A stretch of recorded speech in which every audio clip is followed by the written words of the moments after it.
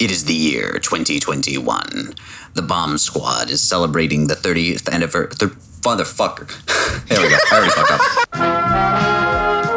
The Transformers will return after these messages. Hi, and welcome to the Bomb Squad podcast. With me today are... Hi, I'm Tanner Richard Kraft. I'm Tim M. Sullivan. I'm Austin Sweebelman. And today, we'll be talking about The Transformers, the movie, celebrating its 35th anniversary. This is the 1986 film, to be clear, the animated one, not the bad one that Tanner likes. I don't know why I threw Tanner under the bus there. But, and speaking of the franchise writ large, outside of this particular 1986 film that I love, what are the rest of your guys' experiences with the Transformers franchise as a whole? So my general history of the Transformers franchise is my introduction to it, which I assume a lot of men my age, just people my age in general's introduction to it was with the Michael Bay movies. I saw the first one, not in theaters, but I got it on DVD because that's how I watched most of my movies back then. I'm an autism, so, theaters weren't really good for me when I was younger, when I was more sensitive to sound. But I remember thinking that first Transformer movie was a lot of fun. It was exhilarating. I thought these robots that would transform into cars and then big mech robots was like, wow, this is cool. I want to be a Transformer. After that, around a year or two later, I think a cartoon, what was it called again, Ethan? The one on Cartoon Network, the angular style one?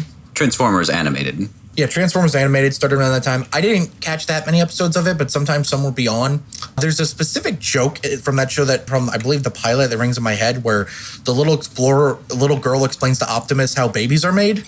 She just whispers it in his ear, and then Optimus has the funniest goddamn face ever in response. I just think about that every day. Other than that, I watched Revenge of the Fallen when that came out to DVD a few years later. That and The Last Airbender, watching both of those movies around the same time was like my introduction to the idea that movies can be bad. Up until that point, every movie was the greatest movie ever made. From Underdog to The Lion King, every movie was the greatest movie ever made to me. This was my idea that movies could be bad, that I could not like them. Transformers to me has given me gift and given me curse. When I was a teenager, my friend told me, hey, go watch Beast Wars. It's an awesome show from the 90s. It's early CG. It's from the guys that did Reboot. And I went, what's Reboot? And he's like, I'll tell you when you're older. And so I watched Beast Wars, and that was a lot of fun. I have a lot of fond memories of watching Beast Wars as a teenager. After that, Bumblebee, that came out a few years ago. Fucking love Bumblebee. I've seen some episodes of the show. There's that one show where they go to the planet where everything's real big, especially relative to the Transformers, littered with some of the most hilarious animation errors I've seen in my life. Where they flat out layer stuff wrong, which was real funny. That's more or less my general history of the franchise. I saw the animated movie that we're talking about today once when I was a teenager, and I was so on it back then, but we'll get more into our thoughts later, right? Obviously. Yeah, no. I think a lot of people's first exposure was the Michael Bay film, especially for younger folks. That certainly tracks. It's interesting that you went back to Beast Wars. Usually, you hear about people going back to G1 when they're introduced to it now because it's more related to the Michael Bay stuff. Right. But Beast Wars is certainly worth going back to, even if it hasn't visually held up super well. The narrative, the writing is certainly a lot tighter than it was in the old G1 cartoon, so it is engaging on that level. And I think the robot animation in that is pretty darn good, if not the animal animation, which is very funny. I love Optimus Primal's weird monkey donk. Just a strange man who rides around on. I love that image of him riding on the rhinoceros, whose name escapes me. It's very funny. But moving on from the subject of weird, dated CG things with good writing, Tim, what's your experience with the franchise? Well, I guess we're jumping back into the weird, dated CG things because when I was younger, when I was a little kid, probably 3 or so, my brother used to watch Beast Wars all the time, and I caught bits of it here and there. I'd watch a couple episodes. I remember we had a bunch of the toys, and I didn't watch it personally a whole lot. I was more into Power Rangers and Pokemon at the time, but I remember watching some of it and thinking it was kind of cool. A couple of years later, the WB started airing reruns of one of the anime versions, Transformers Cybertron. And I remember thinking that show was pretty cool. I watched it whenever it was coming on after school. I'd just be playing with my Legos, watching Transformers, and watching whatever other shows they were airing. I think Malcolm in the Middle came on after that. And then once the first Michael Bay movie came out, I remember going to see that with my friends. And I remember at the time thinking that was such a cool thing because it was just these insane special effects that I'd never seen anything quite like that before. And then we started seeing a little too much of it. Like, I watched the first 3. I have never seen the ones that came after that. I still haven't even watched Bumblebee, which I need to eventually. I keep hearing that one's actually really good. Bumblebee rules. You trust my opinion, right? Watch Bumblebee. I've heard people say that Bumblebee's good. I'll get to it eventually. Like, I watched bits and pieces of the original series when it was airing on the Hub, back when the Hub was a thing. Back when they had the Batmans and the ponies and the robots. So I watched bits and pieces of Transformers on there, and I remember thinking it seemed neat, but it wasn't something I was watching as much as I was watching like Batman. I would say I wasn't super much of a Transformers kid growing up. I've just seen like bits and pieces of different versions of Transformers here and there. But yeah, it's something that I think is cool when I do see it usually. That's usually most people's association with it. It's more like iconography and stuff, like Optimus Prime and Megatron and such characters, and just kind of catching them on television a little bit. But for a lot of folks, unless you really got into it, it doesn't stick with you. I feel like the anime renditions in particular are kind of losing. They never had a whole lot of cultural cachet, and they're losing it more and more. They're like sort of the awkward middle children, despite being pretty decent. At least Armada. Yeah. Which will always be remembered as the Transformers with Pokemon, with the mini-cons. Fans were very upset about that. The mini-cons, they were like the little... Every week they would look for a new little robot that would turn into like a gun or an upgrade when they combined with the main Transformer. That'll turn into a gun. Yeah, well, I mean, yeah, some of them did just turn into guns, like the old Target Masters or Headmasters concept, but with sort of a Pokemon spin. I need to watch this right now. Autobots roll out.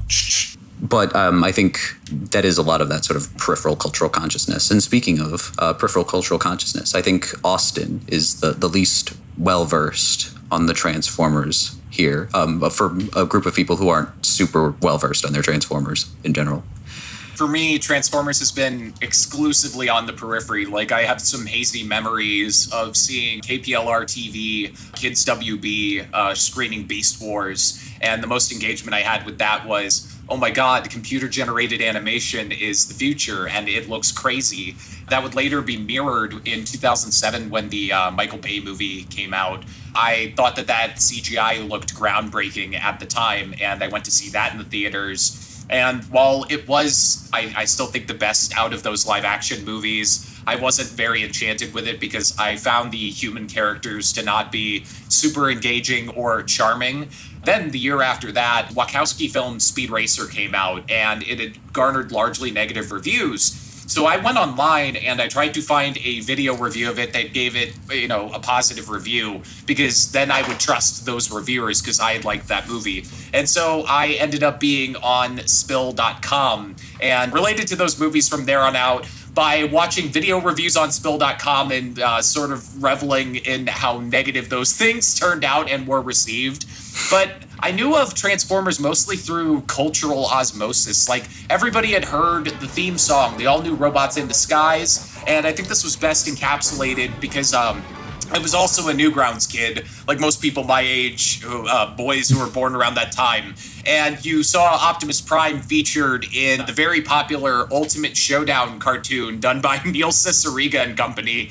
And, if you landed in Ultimate Showdown, that meant you were hot shit in the culture. So I knew about Optimus and the Autobots all my life, but I rarely ever engage with Transformers media. I have not seen any of those live-action movies except for the first. And the cartoon until last night was a mystery to me. Yeah, again, that movie, curse that movie. No, people seem to associate a lot with it as their major exposure. And again, I like the iconography, you know, the Decepticon logo and the Autobot logo, or just Megatron and Optimus or Starscream. Just the imagery of them and in very basic character traits seem to have ingrained themselves pretty thoroughly in the popular consciousness. And honestly, a big part of that is this film. I think. I think this movie is what makes Optimus Prime into an icon in a lot of respects. But speaking to my own experience with this film, I saw it first when I was very young, and it was my first exposure to the Transformers franchise writ large. I was, I think, either 3 or 4, and we went down to my mother would take me to Star Video, where I would frequently rent Muppet Babies. I would request, I would like to watch the Muppet Babies on tape. This time, I guess, I was feeling a bit more excited.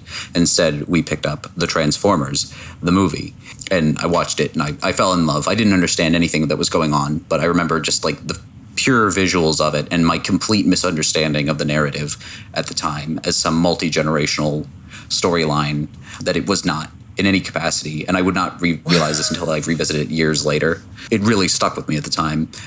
But what's strange is it didn't really inform a huge love of the Transformers after the fact. It informed a huge love of this film. The franchise writ large, I have a lot of affection for, and I think it informed like a love of like robots and mecha anime and that sort of thing. But like my exposure is pretty limited to like I've watched a little bit of a lot of Transformers media. The Unicron trilogy of anime series, I remember I watched a little bit more Armada than I watched anything else.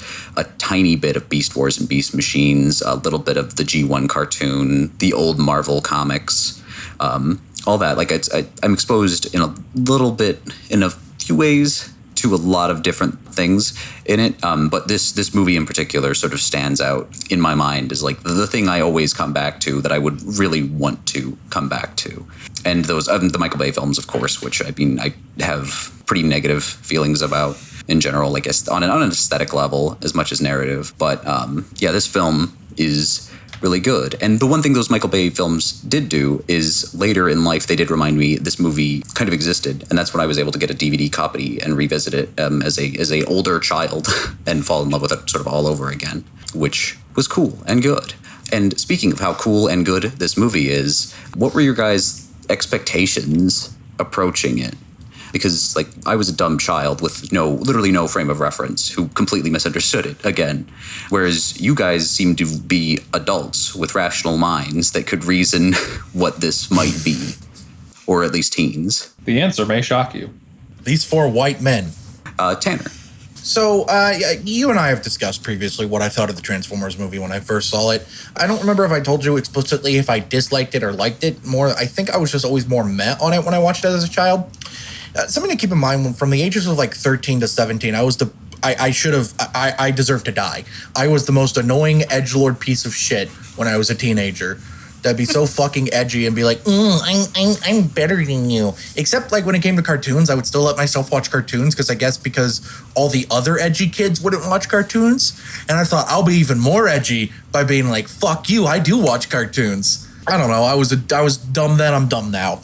So when I first watched Transformers, I don't really remember much of it other than being more meh, whatever on it. I remember Wheelie being annoying, which is weird because he has like, 4 fucking lines in the movie? I don't know why that stuck out so much in my mind. Yeah, I think we counted. Wheelie has all of 7 lines in the film. Yeah, you and I counted in real time. Because my first time watching it as an adult was this past Monday. I also watched parts of it again this morning. I wasn't able to fully rewatch it like I wanted to. But I watched it Monday with Ethan, and there's this thing that people describe when they watch movies with me, where when they watch movies with me, they tend to like the movie even more because the pure excitement I get out of watching movies enhances the experience for them. Watching this movie... This was the Wonder Woman 84 experience.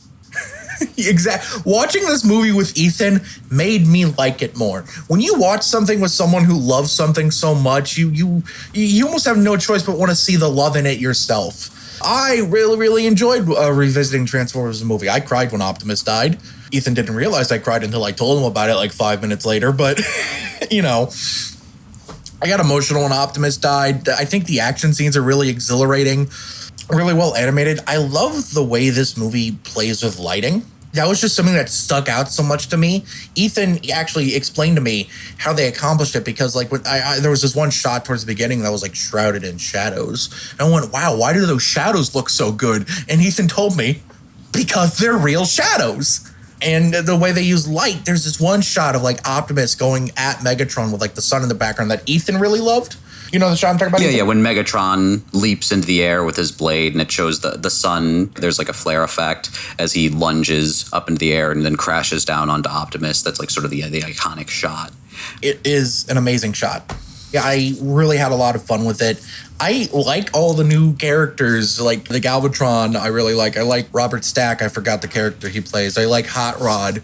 Ultra Magnus. Thank you. It's just Robert Stack in a costume. Everyone else is animated. He's in a costume, rotoscoped in. It's a fun, exhilarating plot. And of course, you got to talk about Orson Welles. Unicron makes for an excellent villain, especially when you make him his own planet, unlike in the Michael Bay movies where they said, you know what Unicron is? Earth. That was weird. But Unicron, Orson Welles' voice is so terrifying. You underestimate me, Galvatron. He's such an intimidating villain. I really want to gush about this movie so much, but it's hard to know exactly what to pinpoint because there's so much great stuff going on in it. I'm shocked I didn't have a bigger takeaway from it when I was younger beyond I must have just been an edgy kid that didn't want to be the guy that liked everything. Now I fully embraced being the guy that likes everything, but it's a really, really fun movie, and I'm really glad we picked it for the podcast, and I'm really glad I got to watch it with you, Ethan, because that really enhanced the experience for me. Yeah, I'm shocked you say that because I feel very annoying. Like I had to moderate myself because I sort of just get in the habit of I've watched this film so many times. I just instinctively quote it as it's playing out. Like I'll just start saying the big lines. That's endearing, Ethan.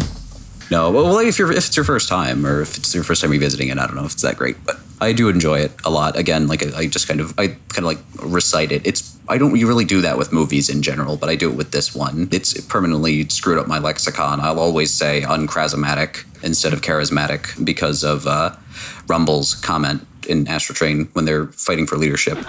Hey, nobody calls Soundwave unchrasmatic. But Tim, what were your sort of thoughts on the film and expectations going in?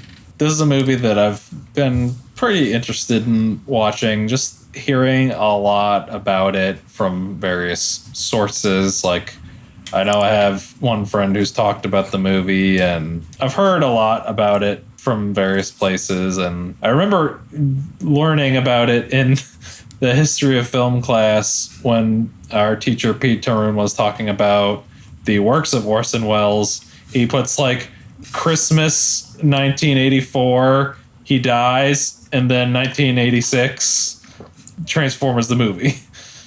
And so like that was his first posthumous, however you pronounce that word. That was his first role after he had passed. So I thought that was something that was interesting, just on a film guy perspective, I guess. Going into it, it was just kind of knowing these things about it, and not necessarily being a whole lot of a Transformers guy, but like I enjoy mech stuff. I enjoy some of the Transformers stuff I've seen, so I was open to it. And like that opening 5 or so minutes where you just see this utopian robot world getting devoured by Unicron, and then they fucking blast the hard rock version of the Transformers theme song. I'm like, I'm into it. This is great. I was very, very much into it from that point, and I think the movie itself is a lot of fun. It's a visual treat for the eyes. I would say if you're a fan of the Michael Bay movies and you don't really like cartoons, you're probably not gonna like this movie. But if you have a passing interest in Transformers and you like animation, watch this movie. It's a lot of fun. So it's a good time. It's very aesthetically beautiful, and there's a lot to enjoy about the story and the characters. And yeah, it's good. Michael Bay fans should watch it anyway, so they know what a good Transformers movie is. Yeah, no, I've always been of the mind that if you like fun movies, you'll love this movie. If you like movies, if you like breathing, you'll love this movie. But also, I'm incredibly biased. Fuck breathing. And I really recognize that. I might be a bit I'm not a very good judge for this film, and I'm curious what the least first of us, their thoughts, going in, not really knowing what to expect from the film outside of things they might have heard. Austin, what'd you think of the movie? I consider this to be my first movie with the Transformers that I grew up hearing about. Optimus Prime, the cartoons, the toys that people like my older brother Brandon had engaged with and made the Transformers famous. I consider this my first interaction with that, and I'm happy that it's the feature film. I figured it was going to be a trash 80s movie with, probably an A plot and a B plot, different teams based on, who people care about more. There's a team with Optimus Prime, and then there's a team with, maybe some other new leader. I haven't had much engagement with the media that came out of, Mark Fowler taking over the FCC and converting children's programming into monstrous trash. So I expected the very least of it. In fact, I got my husband to watch this one with me because I bought up a whole week of Goodwill after doing a lot of chores and going to a lot of events with my husband. And so I got to be like, oh, watch the Transformers movie. It was almost like I was forcing him to do so. And it came on, and immediately the sequence where Unicron devours a planet had me thinking, oh no, this might be actually a classic animated film. They might have been trying to do something very different with this. I realized somewhat into the movie that I had forgotten a lot of Crack.com articles and sort of told by ear recounting of what this movie did to children at the time that it came out. Eventually you learn when you're watching it, you're like, oh yeah, this is that movie. It was fun getting to sort of walk through that step by step, especially with Sid, who was sort of raised in a closet and barely even knows what the Transformers are.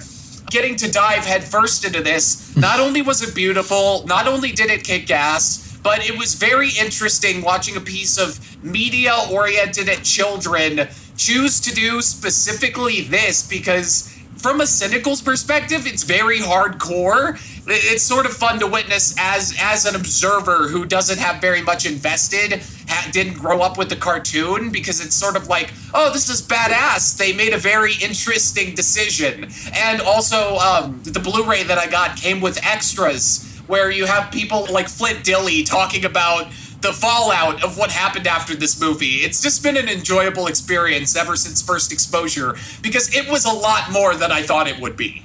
More than meets the eye, if you will. Certainly, We got him. Again, adore this film. I think the animation is mostly really gorgeous. There are a few little errors, there's a few coloring errors with Rumble being colored as Frenzy. There's a layering error, which I thought was very funny because Tanner was like, there were layering errors in that bad episode. There's a layering error right in the opening where Unicron, one of his rings is actually placed in front of a building on the planet he's devouring, Lithan. So he just looks very small. But you're so distracted by the really elaborate and gorgeous backgrounds in that shot that you're not going to notice it. I guarantee it.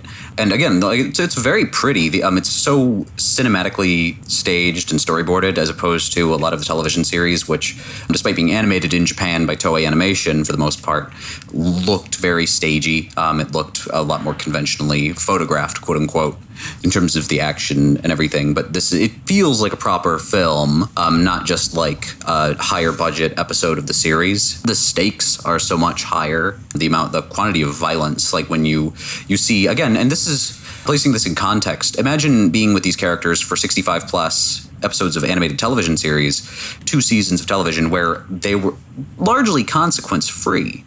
These characters would get blown apart and then reassembled, and then immediately launching into an entire planet being devoured, and it being fairly explicit that these people being devoured are dying. Get to the ship! It's our only chance! And then immediately launching into all of your cartoon favorites being brutally killed, like when you see Prowl get blasted and then his eyes turn red as smoke pours out of his mouth, or Ironhide desperately grasping at Megatron's ankle, no, and then such heroic nonsense as he's shot in the head right off screen. I think it sets up so much, and for such a cynical reason, for such a we need to replace the toy line, and this was their best idea. We knew that part of the reason we're bringing out the movie is we wanted to launch the 86 toy line. In order to do that, you have to get rid of the 85 toy line. There is a certain internal logic that I appreciate to it, in that you don't see the Autobots really kill any Decepticons. They are still ostensibly the good guys. Like, I mean, you see one of the Insecticons, Shrapnel, I believe, get pretty messed up by Hot Rod's wheel, but otherwise they're replaced by being transformed, into new forms by Unicron, or as Orson Welles called him, a toy that eats other toys. There's something so incredible about Unicron as a threat. Unicron is like, he's so different from Megatron, who was just sort of this sneering villain, or Starscream, the cowardly assistant, in that he's not a guffawing villain. He doesn't go, "Mwahaha, I'm going to break all your stuff." He just does. He just comes, he eats, he leaves. There is a sense of, he's, a lot of people compare him to Galactus, and rightfully so, considering Transformers Marvel comic origins.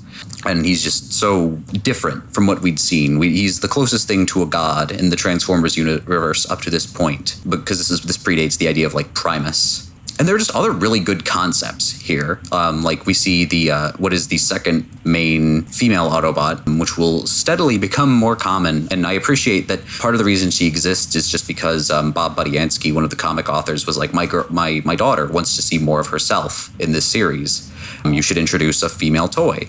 And she never got a toy. Her toy had a prototype, and it was never moved into mass manufacture. And they're technically bastards. Yeah, I don't get why they didn't do that. Silly, weird 80s logic. Sexism. Yeah, sexism. Sexist Todd strikes again.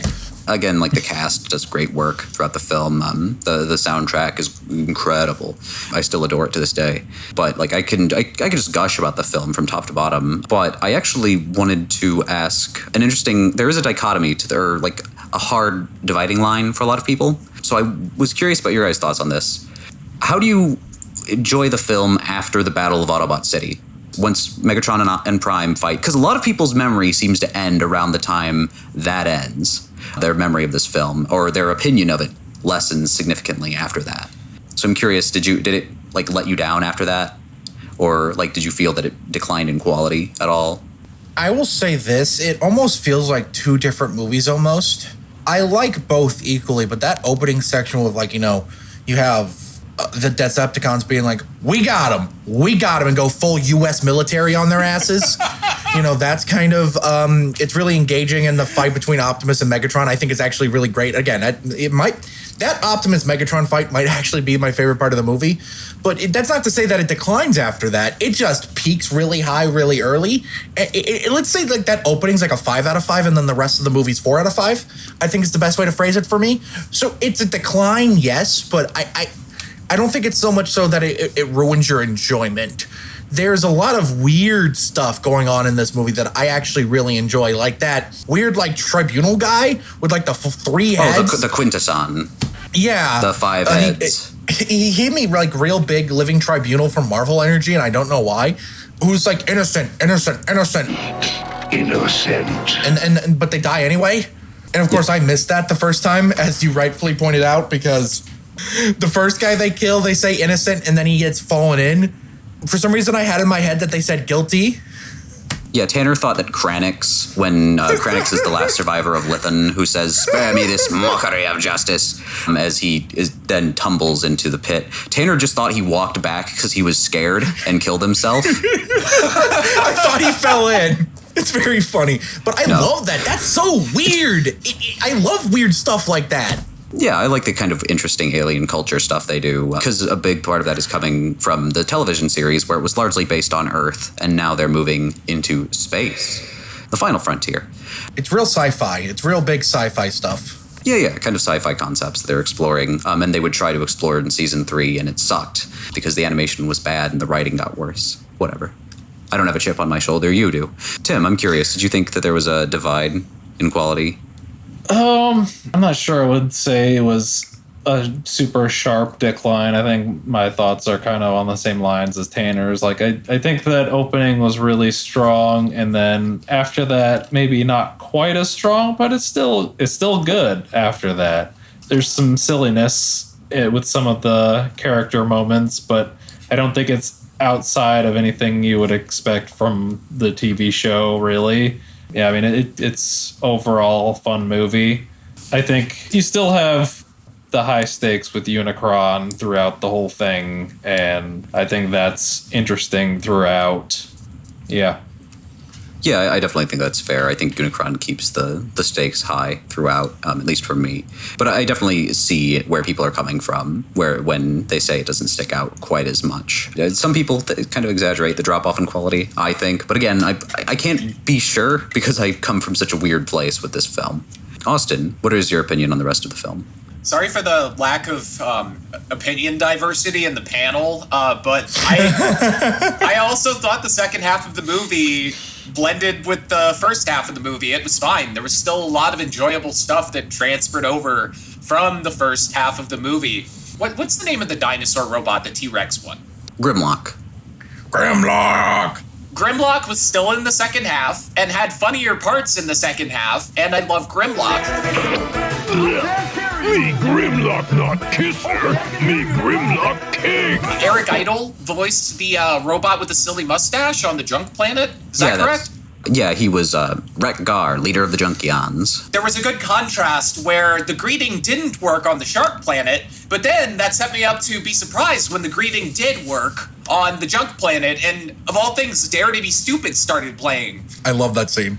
As fun as the siege of Autobot City was, I felt that there was an equal level of excitement when all the robots went inside of Unicron and, had the final battle. I can't relate to anybody who thinks, because I suppose this is me not growing up with Optimus Prime and the TV show because I was too busy watching Ninja Turtles. I'm sorry, I was cool. So, that first half of the movie, just because Optimus is there, the one doing the fighting, I think the filmmakers, screenwriters, everybody did a good job of keeping a steady level of excitement throughout, and that divide did not exist for me.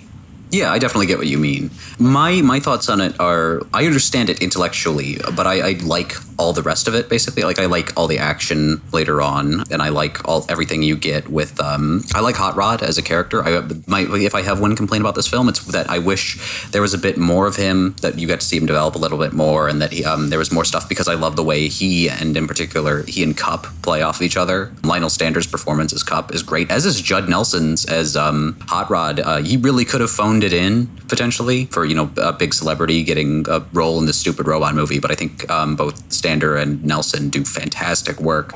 I have nothing but contempt for this court. But I understand where people come from, because there is a sense, like, at the start, you're just watching all your faves, all your cartoon faves get absolutely murked, just brutalized. And then that doesn't really happen throughout the rest. Where you, like, after the death of Optimus Prime, what do you have? You have you only really have the death of Ultra Magnus. And even then, he's reassembled. Also, the one Decepticon that tried to become king, I believe, also dies. Pour one out for my homie. Oh, Starscream. Yeah, after Optimus dies, it's Starscream is killed by Galvatron because of his bad comedy. You get Ultra Magnus, who's dismembered, but he's, immediately rebuilt. And there's still a sense of stakes because of Unicron about to devour Cybertron. But I think that there's less of a grounding element. Like, you see people theoretically suffer comparable injuries. Like, I think as a small child, I did think Ultra Magnus died. I misunderstood. I thought the later Ultra Magnus was a different character. Again, like, very small, very young. So I, again, sort of get where people are coming from in terms of a lessening of stakes, even if I don't agree with it wholeheartedly, in that I still very much enjoy the rest of the film. But I just think it's interesting to get more perspectives on that. And sort of on that dividing line, just briefly, what are your thoughts on the death of Optimus Prime and the decision to kill off the leader character? And what are your thoughts on his replacement in the form of Hot Rod?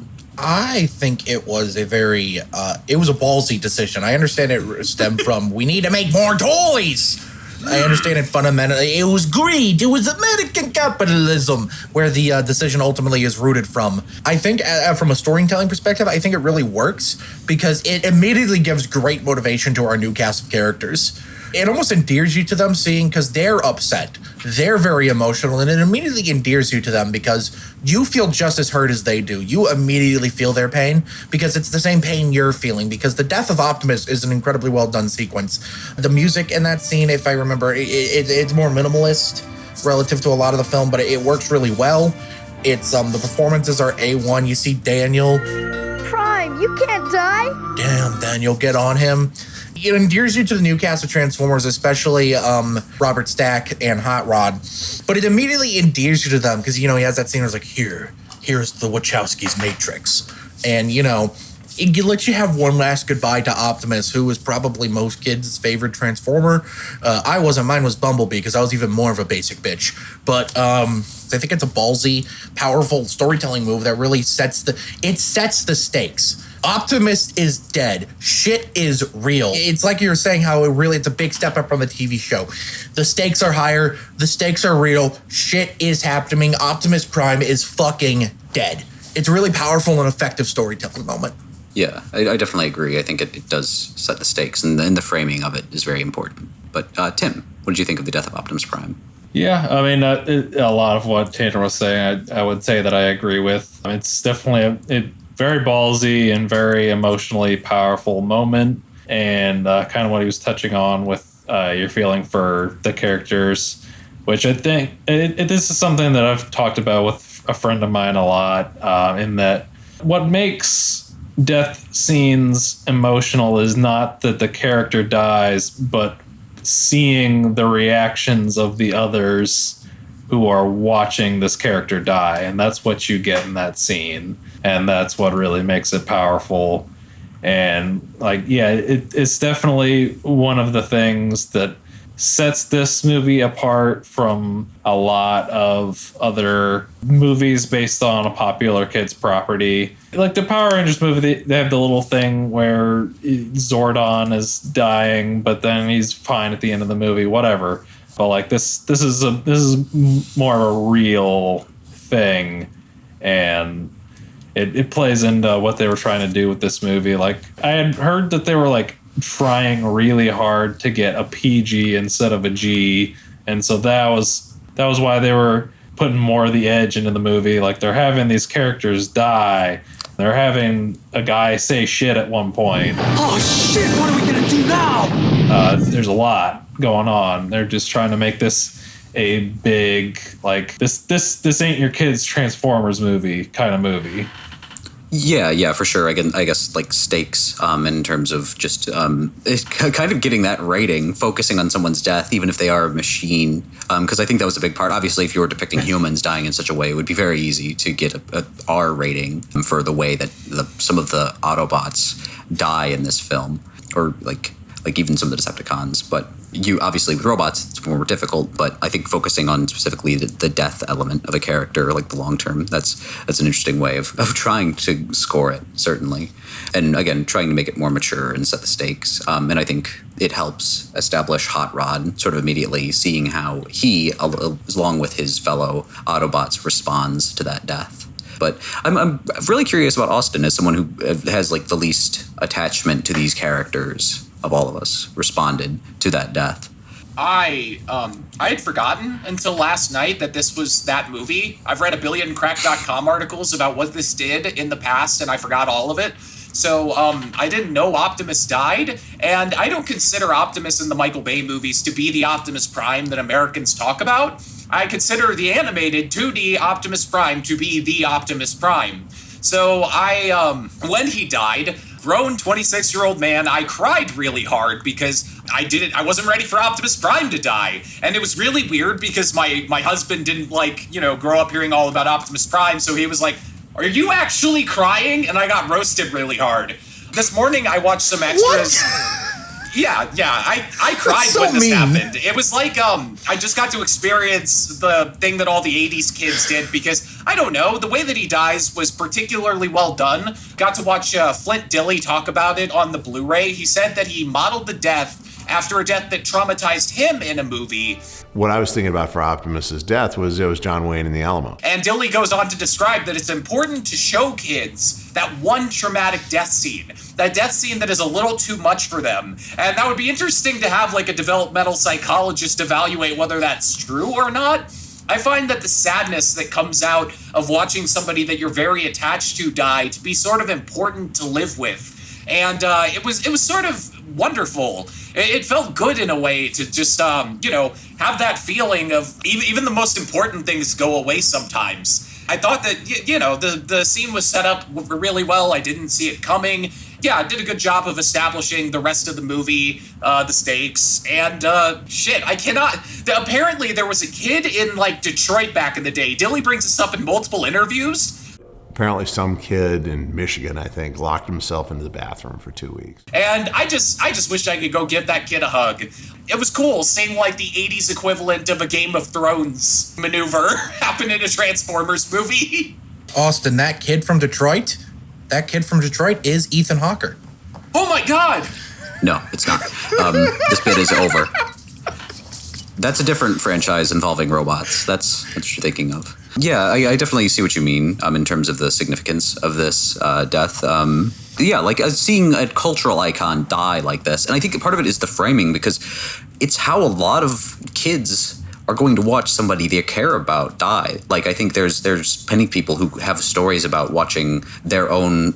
It's sort of like having your father die in the hospital room with everyone gathered around him as the light slowly fades from his eyes. And it's obviously an idealized form of that. As you see the readouts sort of fade, and he's given it's doing plot setup, but it's also very almost true to life, almost a way of preparing children for that, which is part of what I like about it. He doesn't die on the battlefield. He's not, surrounded by smoke and fire. He's surrounded by the people he loves. As it's terrible and it's traumatizing, but then the next time you see the Autobots, they're rebuilding. And I like that. I like that as a follow-up. Prime is dead, and it's awful and it's tragic, but we have to continue on. And that's all such a shame, because that scene has a lot of animation errors in it. Oh, the scene after it with the Decepticons and the power vacuum was also so well set up by how beautiful the Optimus Prime death scene is. That was so funny. Yeah, how they just instead of gathering out his deathbed, it's I still function, wanna bat, and then just chucks him into space. Immediately. All right, who's in charge now? Yeah, and then Soundwave and the Constructicons and Starscream just arguing and beating the shit out of each other. I think that is a really good setup there in general for sort of that power dynamic, and also sort of the establishing Megatron's own relationship with his followers versus Prime's, because Megatron just sort of always abused his people and treated them poorly, hence why they would not care. Even Soundwave, typically loyal, is more than happy to stand by when he sees that he's sort of the minority in the room in terms of defending Megatron. Yeah, the Death of Optimus Prime sequence is interesting also because it has several animation errors, like their matrix being doubled up several times. I think it's odd that happened, which I still think it's very effective. It's just I think they stand out more prominently to me every time because they're fairly egregious. And of course, at this point, it's so odd because this will always be the death of Optimus Prime, and it'll always elicit such strong reactions. But Optimus Prime dying is it's like a Labor Day sale. It happens constantly. Even in G1, he's brought back and dies 2 times. He's brought back and dies in season 3, and then he's brought back again at the very end of season 3. If I recall, he's brought back and dies in the Japanese Headmaster series. Stuff like that. It happens all the time. There's a time in the comics he died because he cheated at a computer. I love Dragon Ball Z. Yes. Good job. Yeah, basically. I mean, but he's basically Goku. He's an anime dad of a sort. So there you go. Tanner, this is your brand. You love Dad. Dad's rock, baby! Dad's rock. And I think sort of the carryover to Hot Rod and how they set up his eventual transition to leadership in a way, because I think he reflects a lot of Optimus's ideals in a way that Ultra Magnus very superficially does. He's a strong soldier and he looks physically similar, but Hot Rod is an idealist, more so than any of the other Autobots. And that's sort of what saves the day when all hope is lost and people are shrouded in despair. He comes in, and even after watching Cup fail, he goes, "Ba weep grana, weep ninny bong," and they make peace with the Junkions. Ultra Magnus is repaired. Unicron turns from this amorphous, monstrous machine into a man, a physical thing that can be fought.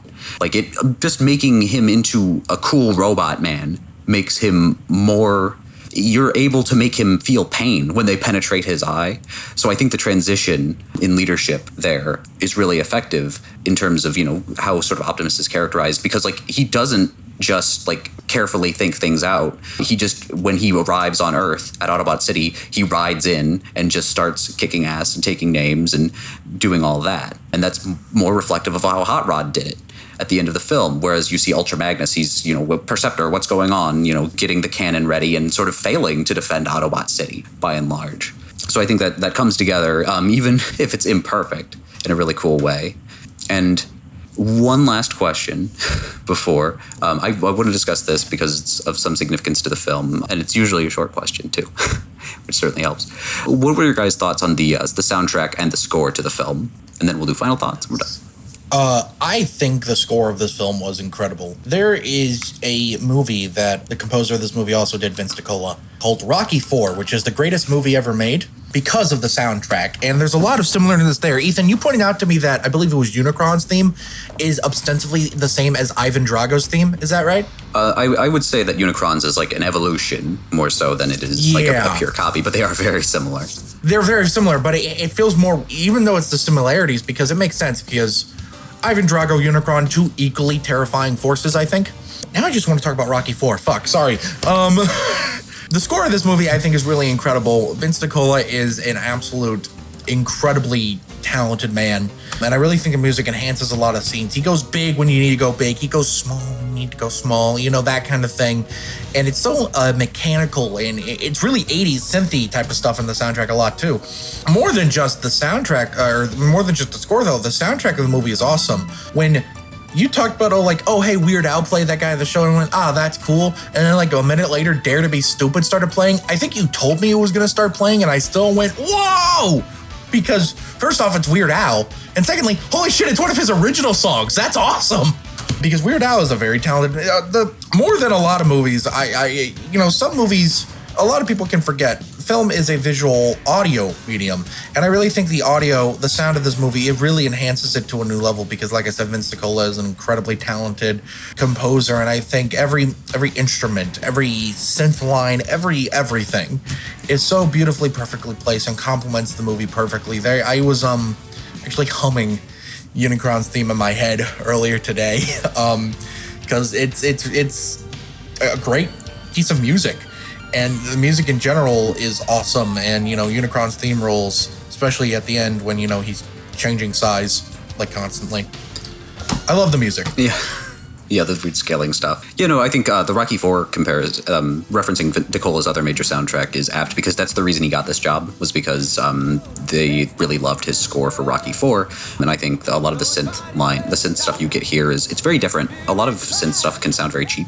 And this is really good. He's an accomplished pianist as well as a synth musician. And it really, really comes through in how full it sounds, despite the because that's the thing about synth music or synth scores especially. Sometimes they can sound a bit sparse, and often intentionally so.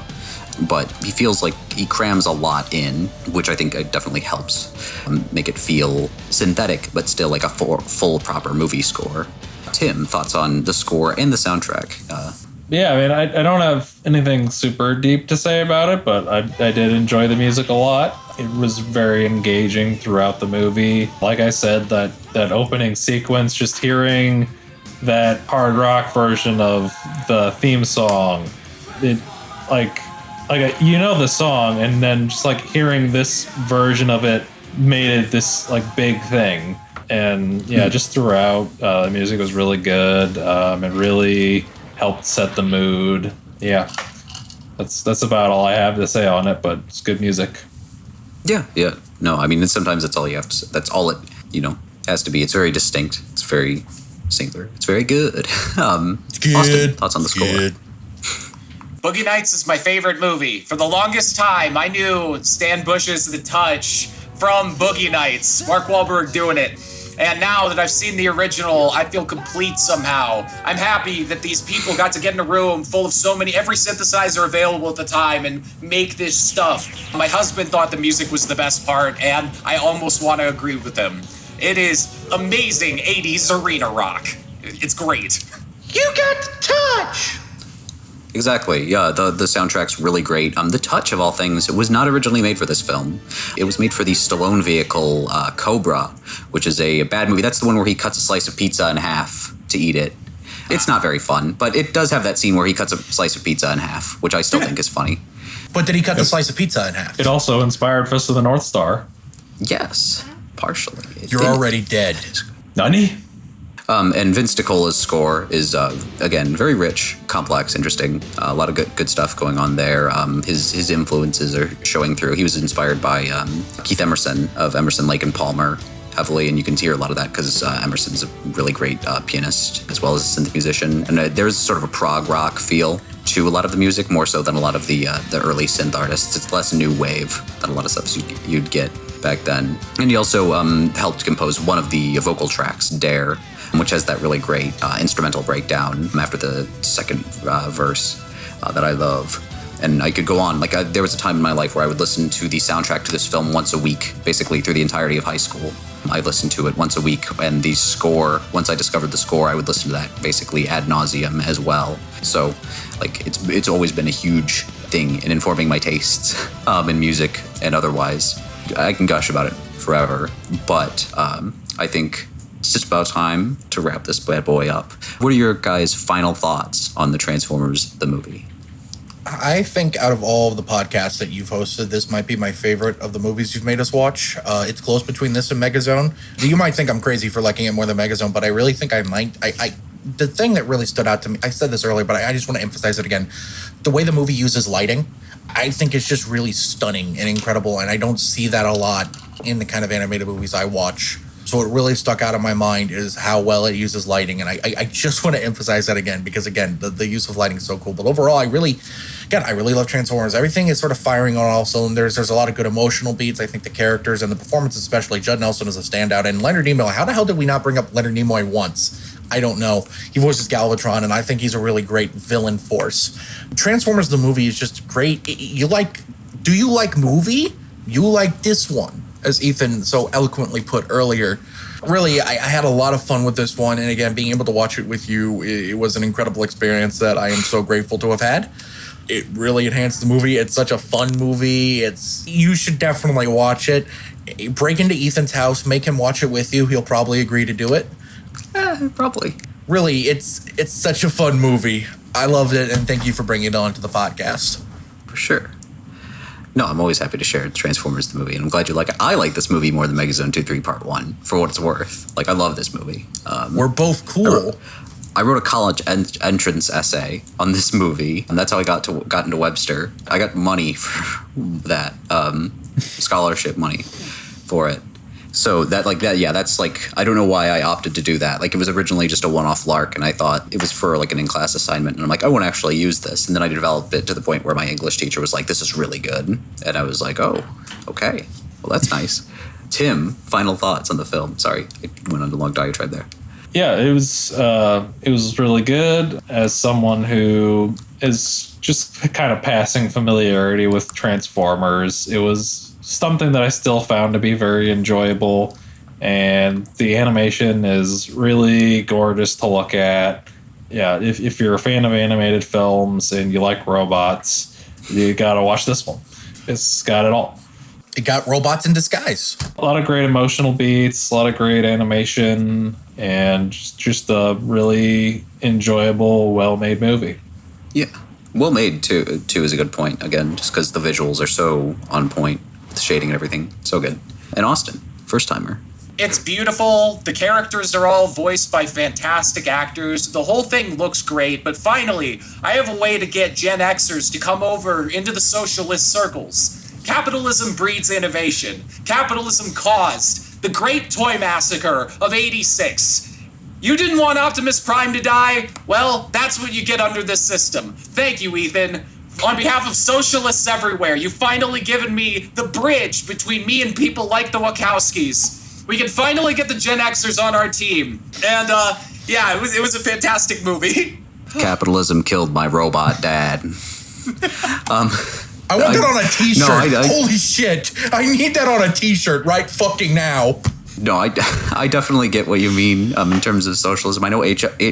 Bomber Guy actually talked about this several times in an old essay and in like a video essay format where he deconstructed it as sort of like a counter to nihilism. A lot of its ideology, which I thought was really interesting. I disagree with his take that the majority of the film is bad because he's dumb and wrong in that regard, despite usually being very interesting and smart.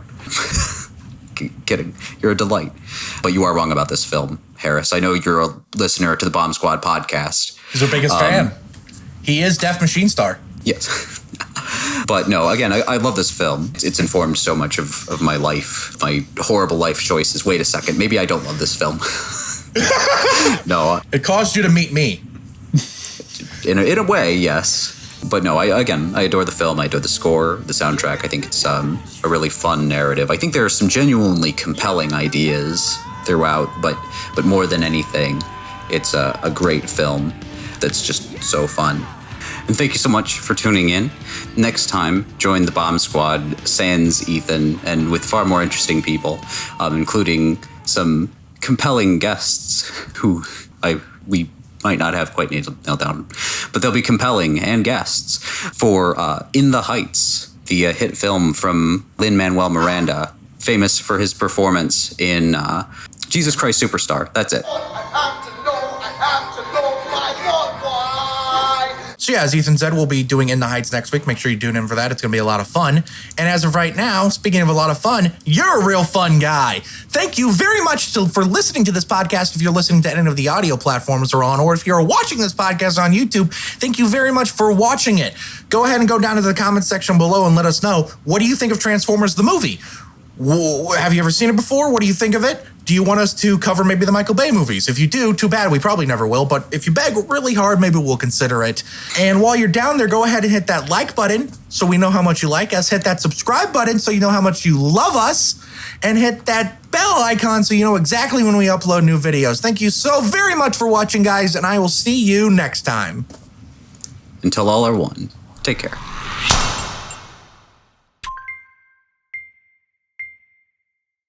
Slid my ticket across the table and I said, "Sorry guys, I gotta see about a girl."